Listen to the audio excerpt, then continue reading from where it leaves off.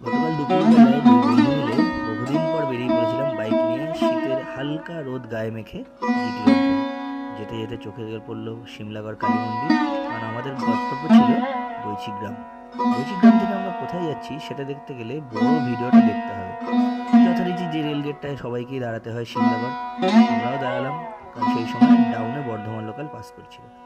Gate ওঠার পরে আমরা সুন্দরভাবে বৈচিগ্রাম রেল স্টেশনের, যেখানে জিটি রোড দুটো ভাগে ভাগ হয়ে গেছে, সেই জায়গাটা পেরিয়ে বৈচিগ্রাম রেল গেট দিয়ে তারপর চলে গেলাম বৈদ্যপুর গ্রামে। বৈদ্যপুর গ্রামের ভেতরে ছিল বৈদ্যপুর নন্দীবাড়ি। প্রায় কম বেশি হলো 600 থেকে 700 বছরের পুরনো। নন্দীবাড়ির এই মুহূর্তে পুজো মণ্ডপটা খুব সুন্দর ভালোভাবে রক্ষণাবেক্ষণ চলছে, এই যে আপনারা দেখছেন, এই বাড়িটাই হচ্ছে নন্দীবাড়ি।